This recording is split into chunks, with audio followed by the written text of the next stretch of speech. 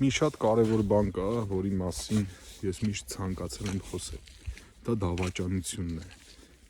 Առհասարակ եթե ինչ-որ մեկը դավաճանում է ինչ-որ գաղափար կամ դավաճանում է մի ամբողջ ազգի,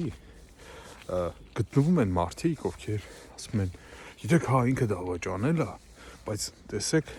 էս էլ է արել, էս էլ լավ է, չէ՞, հոխի եք դուք մենակ վատը տեսնում։ Ես ձեզ ուզում եմ մի հատ օրինակ բերել, բոլորից հեռու։ Պատկերացրեք, ինչ-որ մեկը մի հատ կին ունի, որը դավաճանում է իր ամուսնուն, բայց միևնույն ժամանակ տան գործերը լավ է անում, լավ ճաշ է եփում, հա։ Հիմա ինչ դուք կհանդուրժեք դա, կենցաղային մակարդակով թվում է, թե հայերը ամեն ինչ լոգիկայի մեջ են անում, բայց կենցաղից դուրս ինչ վերաբերում է պետությանը, սկսում են տատանվել։ Ես չեմ հասկանում, սա ինչ արժեքային համակարգ է կամ արժեքային համակարգի բացակայություն։